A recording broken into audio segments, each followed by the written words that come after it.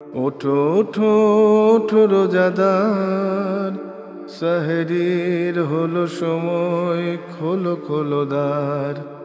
বাতাস ডাকে তোমায়, ডেকে যায় তারকারা, আসমানে আছে যত আলোকিত ফেরেশতারা। ওঠো ওঠো ওঠো রোজাদার, সাহরির হলো সময়, খোলো খোলো দ্বার। আসসালামু আলাইকুম প্রিয় দর্শক, পবিত্র রমজান উপলক্ষে এনটিভি আয়োজিত এবং মিউচুয়াল ট্রাস্ট ইসলামিক ব্যাংকিং নিবেদিত অনুষ্ঠান বরকতময় সাহারি, মহিয়ান কোরআন, কো-স্পন্সর সিটিজেন্স ব্যাংক এবং এনসিসি ইসলামিক ব্যাংক। প্রিয় দর্শক, এই অনুষ্ঠানে আমরা পবিত্র কোরআনের বিভিন্ন বিষয় নিয়ে কথা বলছি। তাই শুরুতেই পবিত্র কোরআন থেকে তেলাওয়াত। সাহরির হলো সময়, খোলো খোলো দ্বার। আউযু বিল্লাহি মিনাশ শাইতানির রাজীম। বিসমিল্লাহির রহমানির রহিম। ওয়া আয়াতুল লাহুমুল লাইল নাসলাখু মিনহুন النهار فإذا هم مظلمون والشمس تجري لمستقر لها ذلك تقدير العزيز العليم والقمر قدرناه منازل حتى عاد كالعرجون القديم لا الشمس ينبغي لها أن تدرك القمر ولا الليل سابق النهار وكل في فلك يسبحون وآية لهم أنا حملنا ذريتهم في الفلك المشحون وخلقنا لهم من مثله ما يركبون وإن نشأ نغرقهم فلا صريخ لهم ولا هم ينقذون إلا رحمة منا ومتاعا إلى حين وإذا قيل لهم اتقوا ما بين أيديكم وما خلفكم لعلكم ترحمون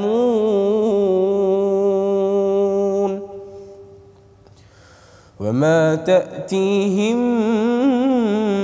من آية من آيات ربهم إلا كانوا عنها معرضين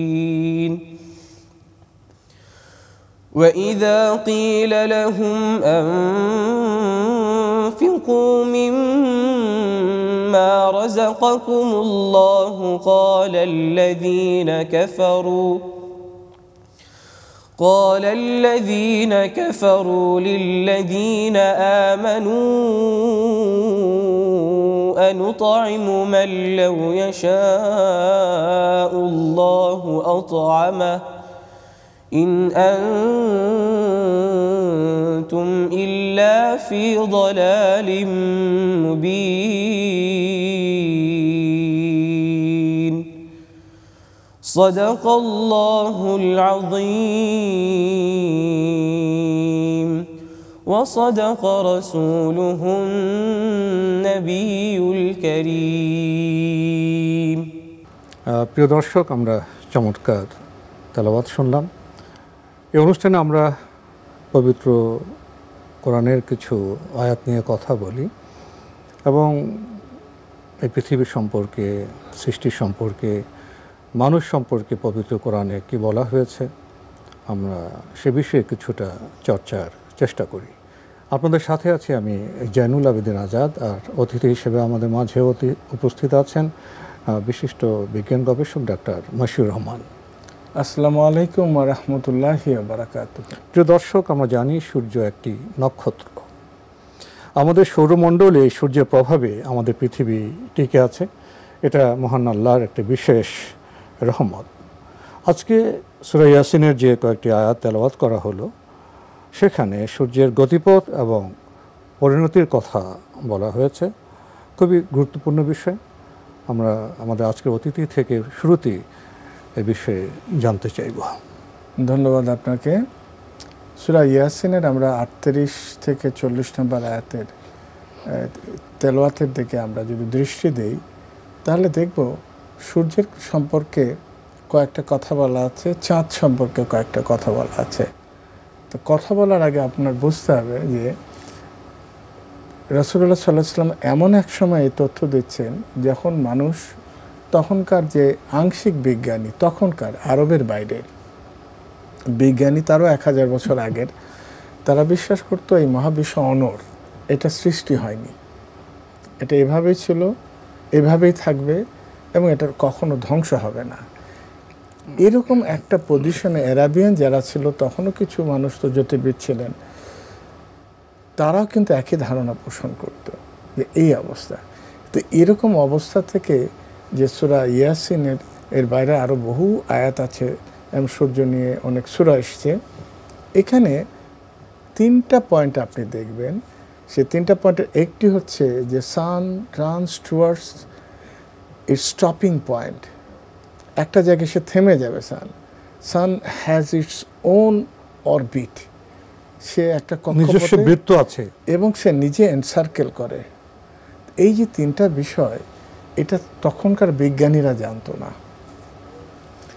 আমি বিস্মিত হব যে সে সময় যে সূর্য তার নির্দিষ্ট দিকে সদা ধাবমান, এবং এটা আল্লাহ সুবহানাহু ওয়া তাআলা নির্দিষ্ট করে দিলেন যে হ্যাঁ, তার পরিণতির দিকে যাচ্ছে। এটাকে তার কক্ষপথ, এটা তার সে 3ভাবে কিন্তু ঘুরে। একটা হচ্ছে সে যাচ্ছে, তার পরিভ্রমণটা হচ্ছে মিল্কি ওয়ে গ্যালাক্সির সেন্টারকে সার্কেল করে সে ঘুরে। আপনি অবাক হবেন, এই ঘুরতে তার সময় লাগে হলো 23 কোটি বছর।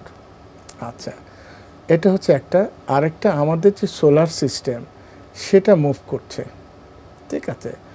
আর সূর্যের আরেকটা মুভমেন্ট হচ্ছে তার নিজের অ্যাক্সিসে। এই 3টা মুভমেন্ট তখনকার বিজ্ঞানীরা জানতো না। আচ্ছা, আপনি যদি এরকম অবিকল 3টা তথ্য দেন, আপনি বিজ্ঞানী বলবেন না মহাবিজ্ঞানী বলবেন? মহাবিজ্ঞানী। এক্স্যাক্টলি। তাহলে রাসূলুল্লাহ সাল্লাল্লাহু আলাইহি ওয়াসাল্লাম আল্লাহর বাণী আমাদের কাছে জানাচ্ছেন যে সূর্যের আসলে কি। আমরা যদি দেখি, প্রতি সেকেন্ডে সূর্য কিন্তু প্রায় 225 কিলোমিটার পার সেকেন্ড স্পিডে কিন্তু সরে যাচ্ছে। তাহলে এই যে কথা যে সূর্য সদা ধাবমান, তাহলে কোন জায়গাটা যে একটা এন্ডিং পয়েন্টে যাচ্ছে আমরা জানি না। কারণ আমরা জানি এই ইউনিভার্স কিন্তু এটা একটা মিস্টিরিয়াস বিষয়। আপনি দেখবেন যে আমরা যদি আমাদের গ্যালাক্সির কথা চিন্তা করি, মিল্কি ওয়ে গ্যালাক্সি, এই মিল্কি ওয়ে গ্যালাক্সির কিন্তু সেন্টার পয়েন্টের জাস্ট নিচে আমরা সোলার সিস্টেম। আমি যদি আমার এই সোলার সিস্টেম থেকে কেন্দ্রে যেতে চাই, আমার সময় লাগে 22,000 আলোকবর্ষ। মানে আলোর গতিতে যদি আমি আলোর গতিতে যদি 22,000 বছর আমি যাই, তাহলে আর সেন্টারে আমি যেতে পারবো। আচ্ছা, এরপরে যে আমি কাছের অ্যান্ড্রোমেডা গ্যালাক্সি ধরি, তাহলে এরপরে আমি যদি পরবর্তী গ্যালাক্সিগুলি ধরি, এগুলি কিন্তু এক্সপানশন হচ্ছে।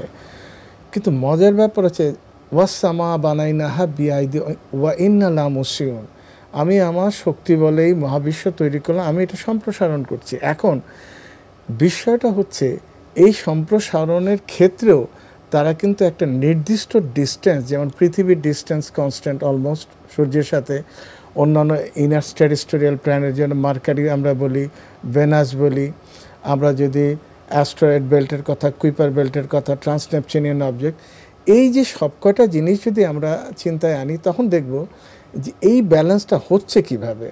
হ্যাঁ, তখন আমাদের কাছে এইটা বুঝতে হবে যে এই সমস্ত জিনিসটা আল্লাহ সুবহানাহু ওয়া তাআলার তরফ থেকে নিয়ন্ত্রণ করা হচ্ছে। আল্লাহ নিজে বলছেন সমস্ত কিছু নিয়ন্ত্রণ হচ্ছে আমি। আর এই কথা বলতে যে আপনি দেখেন যে চন্দ্রের সে গতিপথের কথা বলছে, আমরা চন্দ্রের ফেজের কথা জানি, হ্যাঁ, এই 4টা ফেজে সে একসময় সে খেজুরের শাখার ন্যায় চিকন হয়ে যায়। এখন সূর্য কখনো চাঁদ ধরতে পারবে না, দিন রাতকে অতিক্রম করতে পারবে না। এখন দিন আর রাত আমি কি বুঝি, এটাও কিন্তু মিস্টেরিয়াস। কারণ আমার যে চোখে যে ফটো রিসেপ্টরগুলি আছে, রডস অ্যান্ড কোন, এর কারণে কেউ কোনো প্রাণী দিনে দেয়, বিড়াল কিন্তু রাত কিন্তু বিড়ালের জন্য দিন, আর আমার বেশি দেখে রাত, আমার জন্য, হ্যাঁ, আমার জন্য রাত। শুধু এই রিসেপ্টর যদি দুটো সমান রাখতো তাহলে কিন্তু দিন রাত আপনি এই পার্থক্যগুলি করতে পারতেন না। এবং সূরা বাকারার 189 নম্বর আয়াতে আল্লাহ সুবহানাহু ওয়া তাআলা বলছেন যে এই দিন রাত আমি আবর্তন করে দিলাম চন্দ্র সূর্য, কী কারণে, যাতে আমরা কাউন্ট করতে পারি। তো সূর্যের যে একটা বিশাল একটা দিক হচ্ছে যে সূর্য তার অরবিটের সাথে সাথে তার সোলার সিস্টেম, এই জিনিসে সমস্ত কিছু নিয়ন্ত্রণ করছেন। অর্থাৎ তার আলোর যে একটা নির্দিষ্ট পরিমাণ আলো, আমরা প্রায় প্রতি সেকেন্ডে প্রায় 6 মিলিয়ন আপনার টন হাইড্রোজেন হিলিয়ামে ফিউশন হচ্ছে। অর্থাৎ এই যে তার জন্য যে হিট তৈরি হচ্ছে, একটা বিস্ময়কর ব্যাপার হচ্ছে এর কোরের টেম্পারেচার হচ্ছে কিন্তু প্রায় 15 মিলিয়ন ডিগ্রি, প্রচণ্ড টেম্পারেচার সূর্যের ক্ষেত্রে। এবং এই সমস্ত কিছু আল্লাহ সুবহানাহু বলছে এটা আমি নির্দিষ্ট করে দিলাম। সবকিছুই মহান আল্লাহর সৃষ্টি। হ্যাঁ, আবারও ধন্যবাদ। আপনি সূরা আর রহমানের 5 নম্বর আয়াতের দিকে যদি তাকান, আপনি ওয়াস-শামসু ওয়াল কামারু বিহুসবান, এই যে শামস অর্থাৎ সূর্য এবং চন্দ্রের কথা বলছে, এটা একটা হিসাব মতো চলে। আমরা যেহেতু আজকে সূর্য নিয়ে কথা বলছি, সূর্যের কিন্তু দুটো জিনিস, সাইডেরিয়াল মোশন বলে, আর একটা হলো সিনোডিক রোটেশন, যেটা একটু আগে আমরা আলোচনা করলাম। তাহলে এরপরে সূরা আর রহমানে আরেকটা বিস্ময়কর তথ্য দেয়া আছে সূর্য সম্পর্কে, সেটা হলো এটা সূরা আর রহমানের 37 নম্বর আয়াতে, ফাইজান শাক্কাতি সামাউ ফাকানাত ওয়ারদিতান কাদ্দিহান ফাবিআইয়ি আলাইহি রাব্বিকুমা তুকাজ্জিবান, যেদিন আকাশ বিদীর্ণ হবে, রক্তিম মানে চর্মের ন্যায়, অর্থাৎ এটার সায়েন্স বলে হচ্ছে কি রেড জায়েন্ট। রেড জায়েন্ট কি, এটা বুঝতে গেলে একটা মজার জিনিস জানতে হবে, সেটা হলো যে নক্ষত্রগুলি যখন ধ্বংস হয় কি হয়, একেবারে ধ্বংস হলো সে ব্ল্যাক হোলের টানে পড়ে যায়। আমি জানি যে ব্ল্যাক হোল নক্ষত্রের শেষ পরিণতি, কৃষ্ণ গহ্বর তাকে টেনে নিয়ে যায়। হ্যাঁ, এখানে এবং সূর্য চেয়ে যদি ভর তার 10 গুণ 20 গুণ 30 অ্যাটলিস্ট 10 গুণের বেশি হয়, সে একটা ব্ল্যাক হোল তৈরি করে। এখন সূর্য আমাদের এখন যে সূর্য দেখি, এই সূর্যের আয়তন কিন্তু আরও কম ছিল, এটা গ্র্যাজুয়ালি বেড়ে যাচ্ছে। দেখেন, আমরা যেই আয়াতটুকু শুনলাম যে সূরা ইয়াসিনের 38 নম্বর আয়াত, সূর্য তার নির্দিষ্ট দিকে ধাবমান, নির্দিষ্ট দিক কোনটা আমরা একটু আলোচনা করে দেখি। নক্ষত্র মেইনলি কম্পোজড অফ হাইড্রোজেন, এবং এখানে যখন নিউক্লিয়ার ফিউশন হয়, ইট টার্নস ইনটু হিলিয়াম। মানে হিলিয়ামে যখন যায়, হিলিয়ামের আয়তন বড় এবং বাড়তে থাকে। আমাদের যে অবস্থান আমরা দেখছি, আজ থেকে 5 বিলিয়ন ইয়ার্স লেটার কী হবে, সেটা পরিণতির কথা বলছি, যেটা বলা হচ্ছে কোন দিকে সে যাচ্ছে। সেটা হলো যে এর হাইড্রোজেন যখন আস্তে আস্তে ফুয়েল শেষ হবে হিলিয়াম, এবং হিলিয়াম যখন বাড়তে থাকবে, তার সূর্যের সেন্টারে কন্ট্রাক্ট করে, একটা প্রচণ্ড গ্র্যাভিটি তৈরি হয়, এবং হিলিয়াম থেকে তখন কার্বন তৈরি হয়, নাইট্রোজেন তৈরি হয়, অক্সিজেন তৈরি হয়, এবং এর চারপাশের হাইড্রোজেন যে করে থাকে চারপাশের বিভিন্ন এলিমেন্টগুলোর সাথে কিন্তু রিয়াকশন শুরু করে দেয়, এবং প্রচণ্ড তাপ তৈরি হয়, এবং তাপ তৈরি হওয়ার ফলে এটা কিন্তু ফুলে যায়, এবং একসময় এর মধ্যে প্রচণ্ড রোটেশন শুরু হয়, এবং সূর্যের বাইরের যে মার্কারি, ভেনাস, এই গ্রহগুলো সে কিন্তু গলৎকণ অর্থাৎ গিলে ফেলে, তার আস্তে আস্তে আয়তনটুকু বাড়তে থাকে। এটা একসময় তার শেষ পরিণত হয়, আমরা বলি হোয়াইট ডোয়ার্ফ অর্থাৎ সাদা বামন, তখন সে নিষ্ক্রিয়। আপনার সবচেয়ে মজার কথা হলো যে এটা যখন তার আয়তন, সূর্যের আয়তন বাড়তে থাকে, এখনকার চেয়ে প্রায় 38 গুণ বেড়ে যায়, তারও বেশি। সেই বেড়ে যাওয়ার ফলে তার ইনার টেরিস্টেরিয়াল প্ল্যানেট যেগুলি, সেটা সে ধ্বংস হয়। এর পরবর্তী আপনি জানেন যে এই 4টা প্ল্যানেট কিন্তু রকি প্ল্যানেট। এরপরে হচ্ছে সব হলো গ্যাসিয়াস, বৃহস্পতি এবং শনি। এরপরেরটা আইসি প্ল্যানেট। এগুলি কিন্তু প্রচণ্ড হিটের টাচে এসে এতে কেমিক্যাল কম্পোজিশন হয়, এটা একেবারে ধ্বংসপ্রাপ্ত হয়। সুতরাং আপনি দেখেন যে এই একটা জিনিস যে পরিণতিটা কি আল্লাহ সুবহানাহু ওয়া তাআলা জানিয়ে দিচ্ছেন। আমরা যেমন মৃত্যুবরণ করব, এই সূর্য যার জন্য টোটাল প্ল্যানেট কিন্তু এখন টিকে আছে, সেটা কিন্তু ডিস্ট্রয় হবে। এবং সূরা জুমারের 67 নম্বর আয়াতে আল্লাহ সুবহানাহু ওয়া তাআলা বলছেন, যখন আমি সমস্ত কিছু ধ্বংস করব, এরপরে আমার ডান হাতের মুঠায় নিয়ে আসবো সমস্ত পৃথিবী। সূর্যের কারণে তো পৃথিবী টিকে আছে। যখন সূর্য ধ্বংস হয়ে যাবে, তখন পৃথিবীর ধ্বংস তো অনিবার্য, একেবারে অনিবার্য। এখানে একটা মজার বিষয় আসছে যে আমরা যে ডিস্টেন্সটা মেনটেন করি সূর্য থেকে পৃথিবী, এই ডিস্টেন্সের যদি আমি কাছে যেতাম তাহলে কিন্তু প্রাণ টিকতো না টেম্পারেচারের জন্য। আমি যদি একটু দূরে যাই তাহলে কিন্তু স্পিন করতে আমার 6 মাসে একদিন হতো। এবং দেখেন আমাদের ঠান্ডার সমস্যা হতো, ঠান্ডা শুধু দিন রাতের আবর্তন আপনার চেঞ্জ হয়ে যেত, প্রাণ গ্রো করতো না।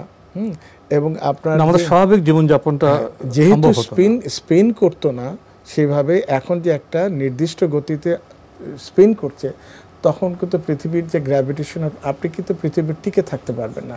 কাছে যে সে খুব সুইফটলি সে মুভ করতো, পৃথিবীর উপরে কোনো কিছু টিকে থাকতে পারতো না।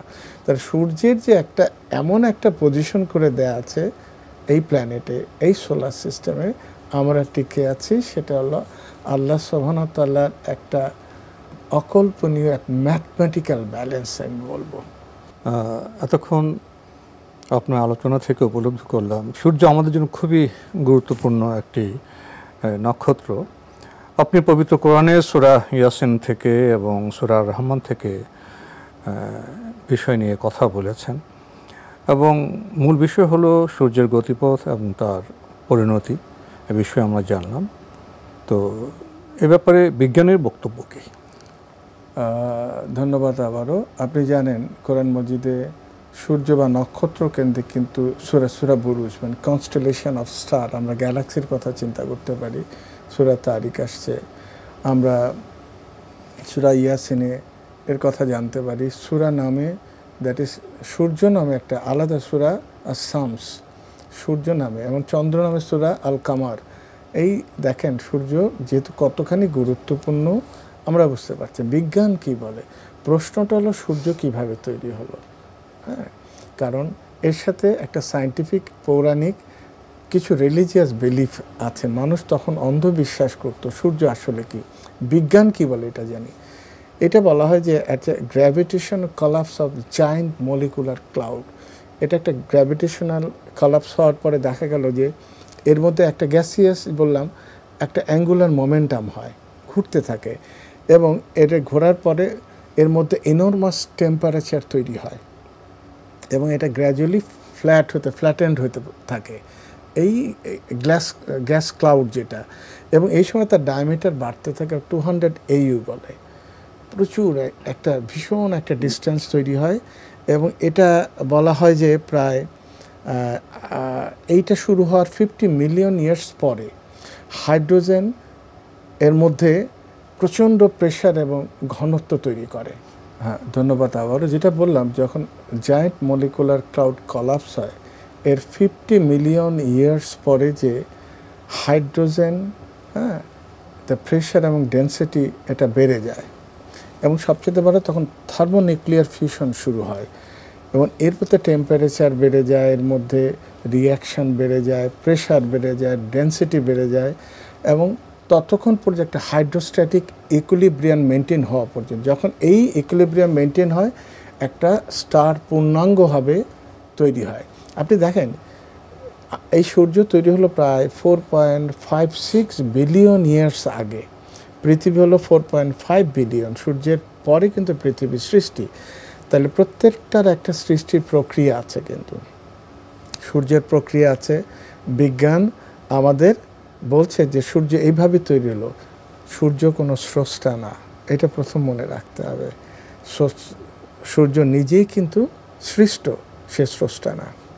কারণ কেন তথ্যটা দেওয়া হলো, তখনকার দিনের আরব দেশের বহু জাতি সূর্যের পূজা করত, কারণ এটা হাজার বছরের পুরানো এবং ইতিহাস থেকে সূর্যকে দেবতা হিসাবে তারা মানত। বিজ্ঞান তো সূর্যকে একটি নক্ষত্র হিসেবে বিবেচনা করছে, এবং ইসলাম তো সূর্যকে আল্লাহর একটা সৃষ্টি হিসেবে, রহমত হিসেবে বিবেচনা করছে। কিন্তু প্রাচীনকালের মানুষ তো এই সূর্যকে দেবতা হিসেবে বিবেচনা করত। এই বিভিন্নতা কেন? বিভিন্নতা হয় কি, এটা প্রথম কথা হলো ইগনোরেন্সই বলার চেয়ে বলা যে তখন জ্ঞানের বিস্তার ঘটেনি, সুতরাং মানুষ জানতো না। না জানা থেকে মূর্খতা বলবো না, যেহেতু সে না জানা থেকে কাজগুলি করতো। আপনি যে সোলার সিস্টেম, এটা কোত্থেকে আসছে? This what comes from the Solus, god Solus থেকে। সূর্যকে তারা প্রাচীন রোমানীয়রা বলতো গড সোলাস। এবং দেখা যায় এবং তারা আরেকটা করতো যে জেনাস নামে তারা অভিহিত করত। এই জেনাস থেকে কিন্তু পরবর্তীতে তারা সূর্য দেবতার পূজা শুরু করলো। এবং তাদের মধ্যে ছিল এই জেনাস দেবতাটা কি? জেনাস হচ্ছে সূর্য, সে নিয়ন্ত্রণ করে অতীত এবং ভবিষ্যৎ। অতএব তারা যখন তার ছবি আঁকে, তার দুটা মাথা দেয়, একটা সামনের দিকে, একটা পিছনের দিকে। সে একইভাবে আপনি জোরাস্ট্রিয়ান রিলিজিয়নে দুটো মাথা দেখবেন, সে হচ্ছে অতীত এবং ভবিষ্যৎ সূর্য দেবতা। কোরআন মজিদে সূরা একটা আয়াত আছে, ওয়াল আউয়ালু ওয়াল আখিরু ওয়াজ জাহিরু ওয়াল বাতিনু। তিনি শুরু, তিনি শেষ, তিনি প্রকাশিত, তিনি অপ্রকাশিত। তাহলে আপনি দেখেন এর মধ্যে কিন্তু মিস্ট্রি আছে। আমরা যদি মেসোপটেমিয়া, দ্যাট ইজ এখনকার দিনে ইরাক, তখন কিন্তু এটা প্রায় ঈসা আলাইহিস সালাম আসারও 2000 বছর আগে, মানে এখন থেকে আমরা 4000 বছর আগের কথা ধরি, তখন কিন্তু তারা অ্যাপোলো ছিল তাদের সূর্য দেবতা এবং সেলেনি ছিল তাদের চাঁদ দেবতা। আমরা যদি এরপরে আরও দেখি যে বুদ্ধিজমে, আপনি জানেন বৌদ্ধদের কিন্তু স্রষ্টা বলে আমরা যেন এক ঈশ্বরের ইবাদত করে, তাদের রিলিজিয়াস ইয়েতে কিন্তু ঈশ্বর জিনিসটা নাই। কিন্তু তারা কিন্তু তাদের, আপনি দেখবে অগ্নি ভবানা, জাতাভেদা, তারা তো সূর্য, পালি ভাষায় এই শব্দগুলি ব্যবহার করা হয়, সূর্যকে দেবতা হিসাবে কিন্তু ট্রিট করে, তারা সূর্য পূজা করে।